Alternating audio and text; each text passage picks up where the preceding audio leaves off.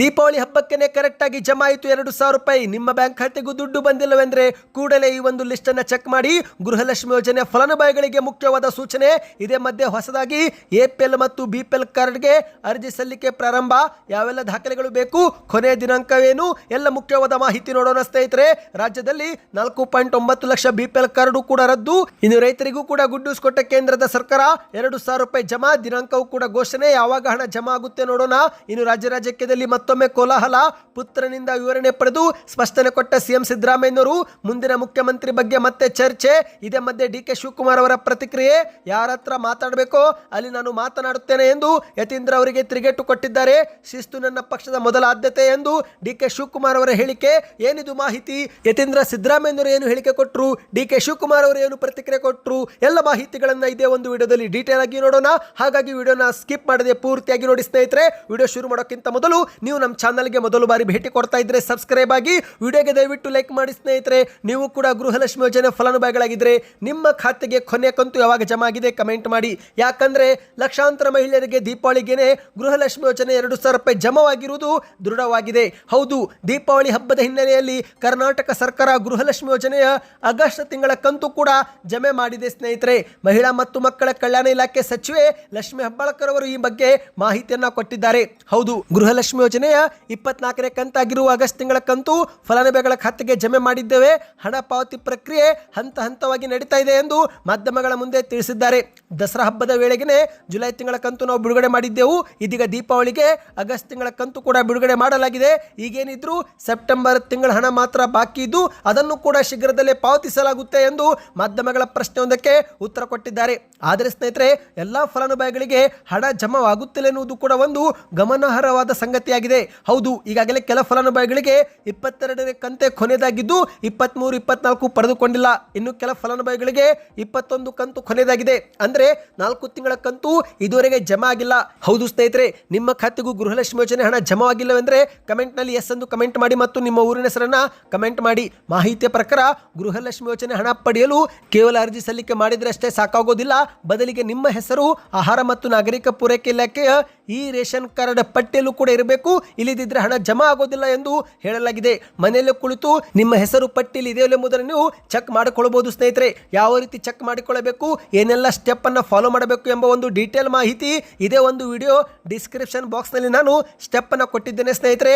ಕೂಡಲೇ ಈ ಒಂದು ಸ್ಟೆಪ್ ಅನ್ನ ಫಾಲೋ ಮಾಡಿ ನಿಮ್ಮ ಹೆಸರು ಇದೆಯೋ ಎಂಬುದನ್ನು ಚೆಕ್ ಮಾಡಿಕೊಳ್ಳಿ. ಈ ಬಗ್ಗೆ ನಿಮಗೇನಾದರೂ ಒಂದು ಸಪರೇಟ್ ವಿಡಿಯೋ ಬೇಕಂದ್ರೆ ಕಮೆಂಟ್ ನಲ್ಲಿ ಗೃಹಲಕ್ಷ್ಮಿ ಪಟ್ಟಿ ವಿಡಿಯೋ ಎಂದು ಕಮೆಂಟ್ ಮಾಡಿ ಸ್ನೇಹಿತರೆ. ಯಾವ ರೀತಿ ಮನೆಯಲ್ಲೇ ಕುಳಿತು ಚೆಕ್ ಮಾಡಬೇಕು ಎಂಬ ಮಾಹಿತಿ ತಂದು ಕೊಡುತ್ತೇವೆ. ನೀವು ಆಹಾರ ಇಲಾಖೆ ವೆಬ್ಸೈಟ್ ಅಥವಾ ಸೇವಾ ಸಿಂಧು ಪೋರ್ಟಲ್ ಮೂಲಕ ಈ ಒಂದು ಪಟ್ಟಿಯನ್ನು ಪಡೆದುಕೊಳ್ಳಬಹುದು. ಯಾವ ರೀತಿ ಚೆಕ್ ಮಾಡಬೇಕು ಎಂಬ ಮಾಹಿತಿ ಬೇಕಂದ್ರೆ ಕಮೆಂಟ್ ನಲ್ಲಿ ಗೃಹಲಕ್ಷ್ಮಿ ಪಟ್ಟಿ ವಿಡಿಯೋ ಎಂದು ಕಮೆಂಟ್ ಮಾಡಿ. ಇನ್ನು ಇದೇ ಮಧ್ಯೆ ಹೊಸದಾಗಿ ಎಪಿಎಲ್ ಮತ್ತು ಬಿಪಿಎಲ್ ಕಾರ್ಡ್ಗೆ ಅರ್ಜಿ ಸಲ್ಲಿಕೆ ಪ್ರಾರಂಭವಾಗಿದೆ. ಹೌದು, ರೇಷನ್ ಕಾರ್ಡು ಪ್ರಮುಖ ದಾಖಲೆಗಳಲ್ಲಿ ಒಂದಾಗಿದೆ. ಪಡಿತರ ಚೀಟಿ ಜೊತೆಗೆ ಸರ್ಕಾರದ ಹಲವು ಸೌಲಭ್ಯ ಪಡೆಯಲು ಬಿಪಿಎಲ್ ಕಾರ್ಡು ಅಗತ್ಯವಾದ ದಾಖಲೆಯಾಗಿದೆ. ಇಷ್ಟು ದಿನ ನಿಲ್ಲಿಸಿದ್ದಂತ ಹೊಸ ಪಡಿತರ ಚೀಟಿ ಅರ್ಜಿ ಸಲ್ಲಿಕೆ ಇದೀಗ ಮತ್ತೊಮ್ಮೆ ಪ್ರಾರಂಭವಾಗಿದೆ. ಹೌದು ಗೆಳೆಯರೆ, ಕೊನೆಯ ದಿನಾಂಕ, ಯಾವೆಲ್ಲ ದಾಖಲೆಗಳು ಬೇಕು ಮತ್ತು ಸಮಯ ಏನು ಎಂಬ ಒಂದು ಸಂಪೂರ್ಣ ಮಾಹಿತಿ ಬಂದಿದೆ. ಹಾಗಾಗಿ ವಿಡಿಯೋಗೆ ಪ್ರತಿಯೊಬ್ಬರು ಲೈಕ್ ಮಾಡಿ. ಸದ್ಯ ರಾಜ್ಯದಲ್ಲಿ ನಕಲಿ ದಾಖಲೆ ಸೃಷ್ಟಿ ಮಾಡಿ ಹಲವರು ಬಿಪಿಎಲ್ ಕಾರ್ಡು ಪಡೆದಿದ್ದು ಅಂತವರ ಬಿಪಿಎಲ್ ಕಾರ್ಡು ರದ್ದು ಮಾಡುವ ಪ್ರಕ್ರಿಯೆ ಈಗಾಗಲೇ ಶುರುವಾದ ಬೆನ್ನಲ್ಲೇ ಹೊಸದಾಗಿ ಎಪಿಎಲ್ ಮತ್ತು ಬಿಪಿಎಲ್ ಕಾರ್ಡ್ಗೂ ಕೂಡ ಅರ್ಜಿ ಸಲ್ಲಿಕೆಗೆ ಅವಕಾಶ ಕಲ್ಪಿಸಿಕೊಡಲಾಗಿದೆ. ಆದರೆ ಸ್ನೇಹಿತರೆ, ಯಾರೆಲ್ಲರ ಬಿಪಿಎಲ್ ಕಾರ್ಡು ಈಗಾಗಲೇ ರದ್ದಾಗಿದೆಯೋ ಅವರು ಮಾತ್ರ ಅರ್ಜಿ ಸಲ್ಲಿಕೆ ಮಾಡಲು ಸಾಧ್ಯವಾಗುವುದಿಲ್ಲ. ಹೌದು, ಗ್ಯಾರಂಟಿ ಯೋಜನೆಗಳನ್ನು ದುರುಪಯೋಗ ಪಡಿಸಿಕೊಳ್ಳುತ್ತಿದ್ದಾರೆ ಎಂಬ ಕಾರಣಕ್ಕೆ ಈ ಒಂದು ಹಿಂದೆನೇ ಬಿಪಿಎಲ್ ಕಾರ್ಡ್ ಅನ್ನು ಸ್ಥಗಿತಗೊಳಿಸಲಾಗಿತ್ತು. ಇದೀಗ ಮತ್ತೆ ಹೊಸ ಬಿಪಿಎಲ್ ಕಾರ್ಡ್ಗೆ ಅರ್ಜಿ ಸಲ್ಲಿಕೆ ಕರೆಯಲಾಗಿದೆ. ಹಾಗಾದ್ರೆ ಫಲಾನುಭವಿಗಳು ಯಾವೆಲ್ಲ ದಾಖಲೆಗಳನ್ನು ಸಲ್ಲಿಕೆ ಮಾಡಬೇಕು, ಸಮಯವೇನು ಎಂಬ ಒಂದು ಡೀಟೇಲ್ ಮಾಹಿತಿ ನೋಡೋಣ. ಹರ ಫಲಾನುಭವಿಗಳು ಬೆಳಗ್ಗೆ 10 ಗಂಟೆಯಿಂದ ಸಂಜೆ 5 ಗಂಟೆವರೆಗೆ ಅರ್ಜಿಯನ್ನು ಸಲ್ಲಿಕೆ ಮಾಡಿ ಹೊಸದಾಗಿ ಬಿಪಿಎಲ್ ಅಥವಾ ಎಪಿಎಲ್ ಕಾರ್ಡನ್ನು ಪಡೆದುಕೊಳ್ಳಬಹುದು ಸ್ನೇಹಿತರೆ. ಈ ಒಂದು ಎಪಿಎಲ್ ಕಾರ್ಡ್ಗೆ ಅರ್ಜಿ ಸಲ್ಲಿಕೆ ಮಾಡಲು ಎಲ್ಲ ಸದಸ್ಯರ ಆಧಾರ್ ಕಾರ್ಡು ಬೇಕು. ನ್ಯಾಯಬೆಲೆ ಅಂಗಡಿಯ ಸಂಖ್ಯೆ ಅಥವಾ ಪಕ್ಕದ ಮನೆಯವರ ರೇಷನ್ ಕಾರ್ಡು ತೆಗೆದುಕೊಂಡು ಹೋಗಿ ಹೊಸದಾಗಿ ಎಪಿಎಲ್ ಕಾರ್ಡ್ಗೆ ಅರ್ಜಿ ಸಲ್ಲಿಕೆ ಮಾಡಬಹುದು. ಇನ್ನು ಬಿಪಿಎಲ್ ಕಾರ್ಡ್ಗೆ ಏನಾದರೂ ಅರ್ಜಿ ಸಲ್ಲಿಕೆ ಮಾಡಬೇಕಂದ್ರೆ ಮತ್ತೆ ನೀವು ಎಲ್ಲ ಸದಸ್ಯರ ಆಧಾರ್ ಕಾರ್ಡು ತೆಗೆದುಕೊಂಡು ಹೋಗಬೇಕು. ಜಾತಿ ಮತ್ತು ಆದಾಯ ಪ್ರಮಾಣ ಪತ್ರ ಕಡ್ಡಾಯವಾಗಿ ಕೊಡಬೇಕು. ನ್ಯಾಯಬೆಲೆ ಅಂಗಡಿ ಸಂಖ್ಯೆ ಅಥವಾ ಪಕ್ಕದ ಮನೆಯವರ ರೇಷನ್ ಕಾರ್ಡ್ ತೆಗೆದುಕೊಂಡು ಹೋದರೆ ಅರ್ಜಿಯನ್ನು ಸಲ್ಲಿಕೆ ಮಾಡಬಹುದು ಸ್ನೇಹಿತರೆ. ಇನ್ನು ಹೊಸದಾಗಿ ಪಡಿತರ ಚೀಟಿಗೆ ಅರ್ಜಿ ಸಲ್ಲಿಕೆ ಮಾಡುವವರು ಕಡ್ಡಾಯವಾಗಿ ಕರ್ನಾಟಕದ ಖಾಯಂ ನಿವಾಸಿಯಾಗಿರಬೇಕು. ಈ ಒಂದು ಹಿಂದೆ ಯಾವುದೇ ಪಡಿತರ ಚೀಟಿ ಹೊಂದಿರಬಾರದು. ವೋಟರ್ ಐಡಿ, ಆಧಾರ್ ಕಾರ್ಡು, ಇತ್ತೀಚಿನ ಪಾಸ್ಪೋರ್ಟ್ ಅಳತೆಯ ಭಾವಚಿತ್ರ, ಮೊಬೈಲ್ ಸಂಖ್ಯೆಯೊಂದಿಗೆ ಅರ್ಜಿನ ಸಲ್ಲಿಕೆ ಮಾಡಬಹುದು ಸ್ನೇಹಿತರೆ. ಇನ್ನಿದೇ ಮಧ್ಯೆ ರಾಜ್ಯದಲ್ಲಿ 4.9 ಲಕ್ಷ BPL ಕಾರ್ಡು ಇಲ್ಲಿವರೆಗೆ ರದ್ದು ಮಾಡಲಾಗಿರುವ ಮಾಹಿತಿ ದೃಢವಾಗಿದೆ. ಹೌದು, ಆಹಾರ ಮತ್ತು ನಾಗರಿಕ ಸರಬರಾಜು ಇಲಾಖೆ ಕೈಗೊಂಡ ಅನರ್ಹ ಪಡಿತರದಾರರ ಪತ್ತೆ ಕಾರ್ಯದಲ್ಲಿ ಕಳೆದ ಕೆಲವೇ ವಾರಗಳಲ್ಲಿ 2 ಲಕ್ಷಕ್ಕೂ ಹೆಚ್ಚು ಅನರ್ಹ ಪಡಿತರದಾರರನ್ನ ಪತ್ತೆ ಮಾಡಿ ಅವರ BPL ಕಾರ್ಡ್ ಅನ್ನು ರದ್ದು ಮಾಡಿದ್ದು, ಈ ಮೂಲಕ ಈ ಒಂದು ಸಂಖ್ಯೆ ಇದೀಗ 4.9 ಲಕ್ಷಕ್ಕೆ ಏರಿಕೆಯಾಗಿದೆ ಎಂದು ದೃಢವಾಗಿದೆ ಸ್ನೇಹಿತರೆ.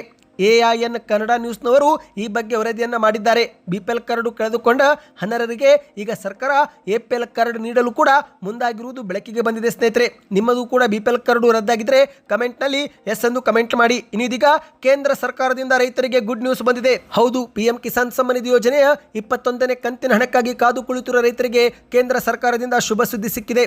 ಶೀಘ್ರವೇ ರೈತರ ಬ್ಯಾಂಕ್ ಖಾತೆಗಳಿಗೆ ಮತ್ತೆ 2,000 ರೂಪಾಯಿ ಜಮೆ ಆಗುವುದು ನಿರೀಕ್ಷಿಸಲಾಗಿದೆ. ಹೌದು, ಇಲ್ಲಿವರೆಗೆ 20 ಕಂತು ಜಮೆ ಮಾಡಿರುವ ಸರ್ಕಾರ ಇದೀಗ 21ನೇ ಕಂತು ಕೂಡ ಬಿಡುಗಡೆ ಮಾಡಲಿದೆ ಎಂದು ಮಾಧ್ಯಮ ಒಂದು ಪ್ರಕಟಣೆ ಕೊಟ್ಟಿದೆ. ಹೌದು ಗೆಳೆಯರೆ, 2019ರಲ್ಲಿ ಈ ಒಂದು ಯೋಜನೆ ಜಾರಿಗೆ ಮಾಡಲಾಗಿದೆ. ದೇಶಾದ್ಯಂತ ಕೋಟ್ಯಾಂತರ ರೈತರು ಈ ಒಂದು ಯೋಜನೆ ಮೂಲಕ ತಮ್ಮ ಬ್ಯಾಂಕ್ ಖಾತೆಗಳಲ್ಲಿ ಹಣವನ್ನು ಪಡೆದುಕೊಳ್ಳುತ್ತಿದ್ದಾರೆ. ಆದರೆ ಇದೀಗ ಗುಡ್ ನ್ಯೂಸ್ ಎನ್ನುವಂತೆ 21ನೇ ಕಂತಿನ ಬಗ್ಗೆಯೂ ಕೂಡ ಮಾಹಿತಿ ಬಂದಿದೆ. ಹೌದು, ಕೇಂದ್ರ ಸರ್ಕಾರದಿಂದ ಅಧಿಕೃತ ದಿನಾಂಕ ಇದುವರೆಗೆ ಘೋಷಣೆ ಆಗಿಲ್ಲ. ಆದರೆ ಫೈನಾನ್ಸಿಯಲ್ ಎಕ್ಸ್‌ಪ್ರೆಸ್ನಲ್ಲಿ ಈ ಒಂದು ಮಾಹಿತಿ ವರದಿಯಾಗಿದೆ. ಹೌದು, PM ಕಿಸಾನ್ ಸಮ್ಮಾನ್ ನಿಧಿ ಯೋಜನೆಯ 21ನೇ ಕಂತು ನವೆಂಬರ್ ತಿಂಗಳ ಮೊದಲ ವಾರದಲ್ಲಿ ಜಮೆ ಆಗುವ ಸಾಧ್ಯತೆ ಇದೆ ಎಂದು ಹೇಳಲಾಗಿದೆ. ಯಾಕಂದ್ರೆ ಬಿಹಾರದಲ್ಲಿ ಚುನಾವಣೆ ಇರುವ ಕಾರಣ ಮುಂಚಿತವಾಗಿಯೇ ಹಣ ಜಮೆ ಮಾಡಬಹುದು ಎಂದು ನಿರೀಕ್ಷಿಸಲಾಗಿದೆ ಸ್ನೇಹಿತರೆ. ಹೌದು, ಚುನಾವಣಾ ಸಮಯದಲ್ಲಿ ನೀತಿ ಸಂಹಿತೆ ಜಾರಿಗೆ ಮಾಡಲಾಗುತ್ತೆ. ಆ ಸಮಯದಲ್ಲಿ ಯಾವುದೇ ಒಂದು ಉಚಿತ ಉಡುಗೊರೆ, ಉಚಿತ ಯೋಜನೆಗಳನ್ನು ಘೋಷಣೆ ಮಾಡುವಂತಿಲ್ಲ ಮತ್ತು ಹಣವನ್ನು ಕೂಡ ವರ್ಗಾವಣೆ ಮಾಡುವಂತಿಲ್ಲ. ಹಾಗಾಗಿ ಚುನಾವಣೆ ಮೊದಲೇ ನವೆಂಬರ್ ತಿಂಗಳ ಮೊದಲ ವಾರದಲ್ಲಿ 21ನೇ ಕಂತು ಜಮೆ ಮಾಡಬಹುದು ಎಂದು ನಿರೀಕ್ಷಿಸಲಾಗಿದೆ. ಅಂದಹಾಗೆ ಸ್ನೇಹಿತರೆ, ಈ ಬಾರಿ ರೈತರು ಹಣವನ್ನು ಪಡೆದುಕೊಳ್ಳಲು KYC ಮತ್ತು ಆಧಾರ್ ಕಾರ್ಡ್ ಲಿಂಕ್ ಮಾಡಿಕೊಳ್ಳುವುದು ಕಡ್ಡಾಯವಿದೆ. ಆಧಾರ್ನೊಂದಿಗೆ ನಿಮ್ಮ ಮೊಬೈಲ್ ಸಂಖ್ಯೆಯನ್ನು ನೀವು ಲಿಂಕ್ ಮಾಡಿಕೊಂಡಿಲ್ಲವೆಂದರೆ ಹಣ ನಿಮ್ಮ ಖಾತೆಗೆ ಜಮೆ ಆಗುವುದು ವಿಳಂಬವಾಗಬಹುದು ಮತ್ತು ರೈತರು 2 ಹೆಕ್ಟೇರ್ ವರೆಗಿನ ಭೂಮಿ ಹೊಂದಿರುವುದು ಕೂಡ ಕಡ್ಡಾಯ ಎಂದು ಕೇಂದ್ರ ಸರ್ಕಾರ ಸ್ಪಷ್ಟನೆ ಕೊಟ್ಟಿದೆ ಸ್ನೇಹಿತರೆ. ನೀವು ಕೂಡ ರೈತರಾಗಿದ್ದರೆ ಕಮೆಂಟ್ನಲ್ಲಿ ಎಸ್ ಎಂದು ಕಮೆಂಟ್ ಮಾಡಿ ಮತ್ತು PM ಕಿಸಾನ್ ಸಮ್ಮಾನ್ ನಿಧಿ ಯೋಜನೆಯ 20ನೇ ಕಂತು ಪಡೆದುಕೊಂಡಿದ್ರೆ ಕಮೆಂಟ್ನಲ್ಲಿ ಎಸ್ ಎಂದು ಕಮೆಂಟ್ ಮಾಡಿ. ಹೌದು, ಆಗಸ್ಟ್ 2ರಂದು 20ನೇ ಕಂತು ಸರ್ಕಾರ ಈಗಾಗಲೇ ಬಿಡುಗಡೆ ಮಾಡಿದೆ. ಇದೀಗ ಶೀಘ್ರವೇ ನವೆಂಬರ್ ತಿಂಗಳ ಮೊದಲ ವಾರದಲ್ಲಿ ಮತ್ತೊಂದು ಕಂತು ಜಮೆ ಆಗುವ ಸಾಧ್ಯತೆ ಇದೆ. ಪ್ರತಿಯೊಬ್ಬರು ರೈತರಾಗಿದ್ದರೆ ವಿಡಿಯೋಗೆ ಲೈಕ್ ಮಾಡಿ. ಇನ್ನೀಗ ಮತ್ತೊಂದು ಮುಖ್ಯವಾದ ಮಾಹಿತಿಗೆ ಹೋಗೋಣ ಸ್ನೇಹಿತರೆ. ರಾಜ್ಯ ಕಾಂಗ್ರೆಸ್ನಲ್ಲಿ ಅಧಿಕಾರ ಬದಲಾವಣೆ, ಅಧಿಕಾರ ಹಂಚಿಕೆ ಸೇರಿದಂತೆ ಹಲವು ಚರ್ಚೆಗಳು ನಡೆಯುತ್ತಲೇ ಇದೆ.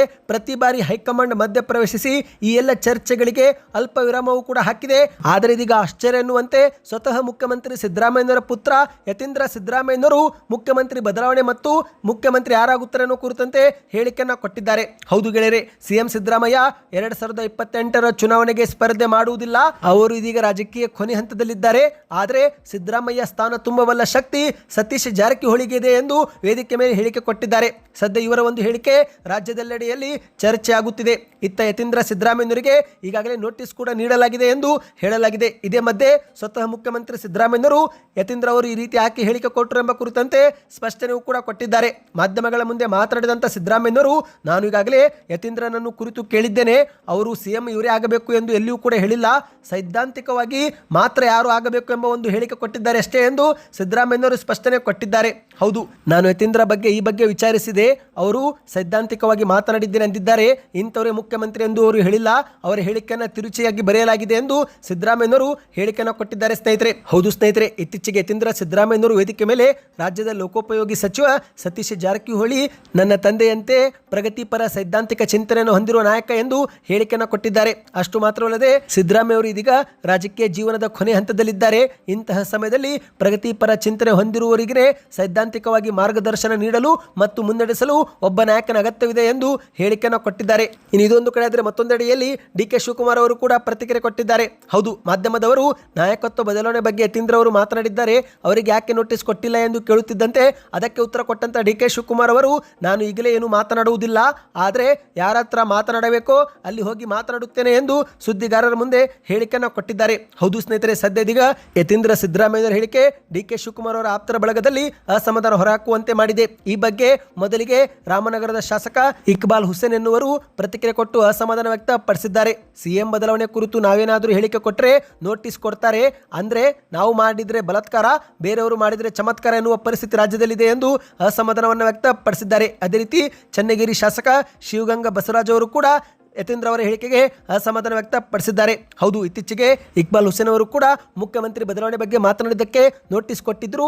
ಆದರೆ ಇದೀಗ ಯತೀಂದ್ರ ಅವರು ಕೂಡ ಹೇಳಿಕೆ ಕೊಟ್ಟಿರುವುದು ಇನ್ನಷ್ಟು ಚರ್ಚೆಗೆ ಕಾರಣವಾಗಿದೆ. ಇದೇ ಮಧ್ಯೆ ಡಿ ಕೆ ಶಿವಕುಮಾರ್ ಅವರು, ನಾನು ಶಿಸ್ತಿನ ಜೊತೆ ನಿಲ್ಲುತ್ತೇನೆ, ಶಿಸ್ತು ನನ್ನ ಪಕ್ಷದ ಆದ್ಯತೆ, ನಾನು ಈಗಲೇ ಏನು ಮಾತನಾಡುವುದಿಲ್ಲ, ಆದರೆ ಯಾರ ಹತ್ರ ಮಾತನಾಡಬೇಕೋ ಅಲ್ಲಿ ಹೋಗಿ ಮಾತನಾಡುತ್ತೇನೆ ಎಂದು ಡಿ ಕೆ ಶಿವಕುಮಾರ್ ಅವರು ಜಾಣ ನಡೆಯನ್ನು ತೋರಿಸಿದ್ದಾರೆ. ಸದ್ಯಕ್ಕೆ ಎಷ್ಟೇ ಸ್ನೇಹಿತರೆ, ಈ ಎಲ್ಲ ಮಾಹಿತಿ ನಿಮಗೆ ಇಷ್ಟವಾಯ್ತಾ? ಹಾಗಾದರೆ ವಿಡಿಯೋಗೆ ಲೈಕ್ ಮಾಡ್ತಾ ಚಾನಲ್ಗೆ ದಯವಿಟ್ಟು ಸಬ್ಸ್ಕ್ರೈಬ್ ಮಾಡಿ.